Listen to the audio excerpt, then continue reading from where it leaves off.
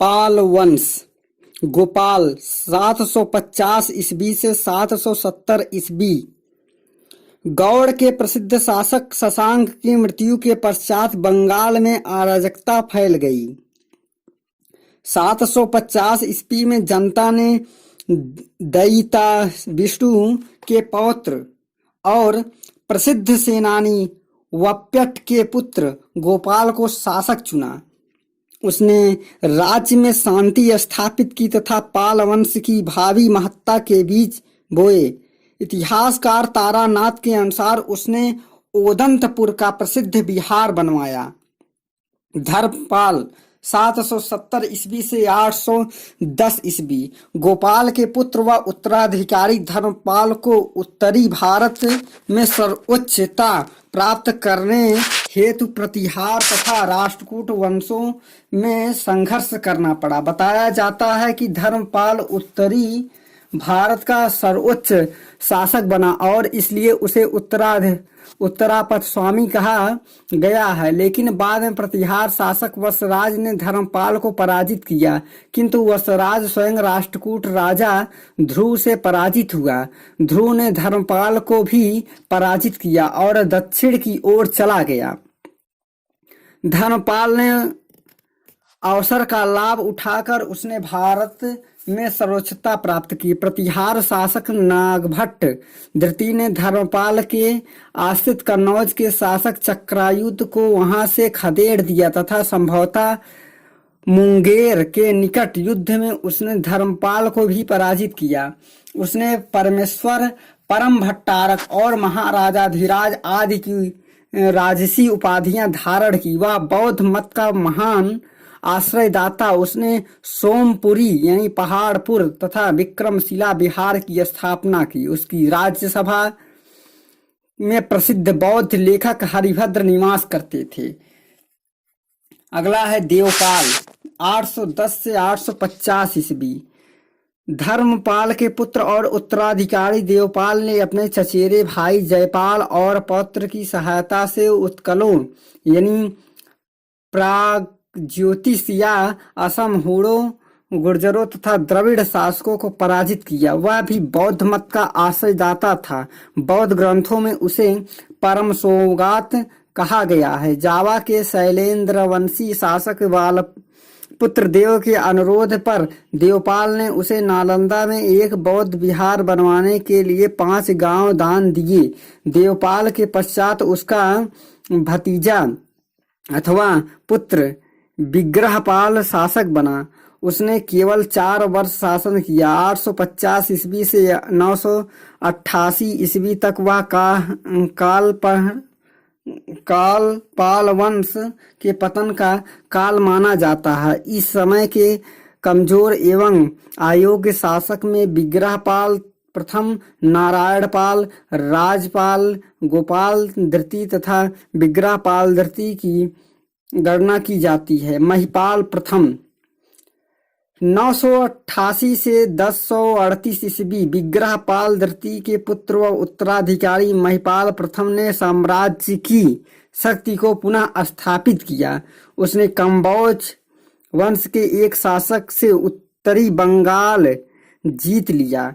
राजेंद्र चोल ने उसे पराजित किया, परंतु गंगा के पार पाल शासक राजेंद्र चोल के बढ़ाव को रोकने में सफल रहा। उसे पाल वंश का द्वितीय संस्थापक माना जाता है।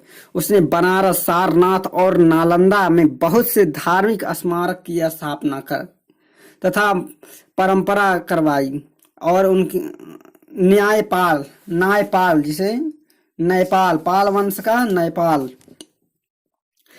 महिपाल प्रथम के पुत्र व उत्तराधिकारी नेपाल के समय लगभग 1038 ईस्वी कलचुरी शासक गंगेदेव के पुत्र कर्ण ने मगध पर आक्रमण करके अनेक बौद्ध विहारों को नष्ट किया, किंतु नेपाल ने उसे पराजित किया। उसके पश्चात महिपाल द्वितीय शासक बना। उसके बाद उसके भाई सुरपाल ने 2 वर्ष तक शासन किया। 1077 ईस्वी में सुरपाल का छोटा भाई रामपाल शासक बना। रामपाल 1077 से 1120 ईस्वी। रामपाल ने असम और कलिंग के शासकों को अपने अधीन कर लिया तथा पाल वंश का गरिमा को कुछ और दिन कायम रखा। उसके पश्चात कुमारपाल, गोपाल तृतीय तथा मदन पाल ने कुल 30 वर्ष शासन किए। आंतरिक अशांति और सामंत वर्ग द्वारा लगातार किए गए विद्रोह से पाल राज्य नष्ट हो गया। अब हम सेन वंश के बारे में अध्ययन करेंगे। सेन वंश। सेन नामक सामंत ने राढ़ में सेन वंश की स्थापना की। उसके पुत्र विजय सेन यानी 1095 ईस्वी से 1158 ईस्वी तक बंगाल को पुनः राजनीतिक एकता प्रदान की। उसने कलिंग, कामरूप तथा मगध को विजित किया। विजय सेन के पश्चात बल्लाल सेन यानी 1058 से 1078 ईस्वी ने शासन किया। विजय सेन के पश्चात बल्लाल सेन हुआ। फिर लघु भारत और बल्लाल चरित्र ग्रंथ से ज्ञात होता है कि बल्लाल का मिथिला और उत्तरी बिहार पर अधिकार था।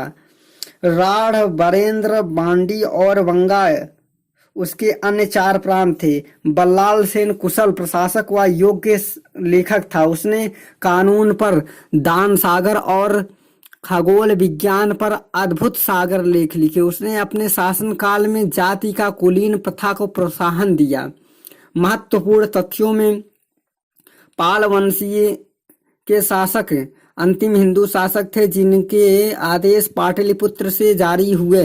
अल्लाह तथा उदल नामक प्रसिद्ध सेना नायक चंदेल दरबार में संबंधित हैं। चंदेल शासकों में सर्वप्रथम धंग ने महाराजाधिराज की उपाधि धारण की। गढ़वाल शासक गोविंद चंद के दरबार में कृत्य कल्पतरु तथा कल्पद्रुम के लेखक लक्ष्मीधर का निवास था। सेना वंशीय शासक विजय सेन ने वृषभ शंकर की उपाधि ली, जबकि बल्लाल सेन ने कुलीन प्रथा की शुरुआत की थी। पाल अभिलेखों में न्यास, विधि तथा खंडला जैसे प्रशासनिक इकाई का वर्णन प्राप्त होता है। पताल तथा पथक पहाड़ वालों के अधीन प्रशासनिक इकाई थी। पथक नामक इकाई कई गांवों को मिलकर बनाया जाता था। बल्लाल सेन के उत्तराधिकारी लक्ष्मण सेन 1178 से 1205 ईस्वी का संपूर्ण बंगाल पर अधिकार था। उसके शासनकाल में अंतिम वर्षों में उसके कई सामंतों ने विद्रोह कर दिया। लगभग 1202 में इख्तियारुद्दीन मोहम्मद बिन खिलजी ने लक्ष्मण सेन की राजधानी यानी लखनौती पर आक्रमण करके उसे नष्ट कर दिया। लक्ष्मण सेन के राजदरबार में गीत गोविंद का लेखक जयदेव, पवन दूतम का लेखक कुधोई, हला युद्ध का आदि विद्वान थे। लक्ष्मण सेन के उत्तराधिकारी विश्वसेन तथा केशव सेन कमजोर सिद्ध हुए। इस प्रकार हम देखते हैं सेन वंश का अंत होता है। अब है हिंदू शाही वंश।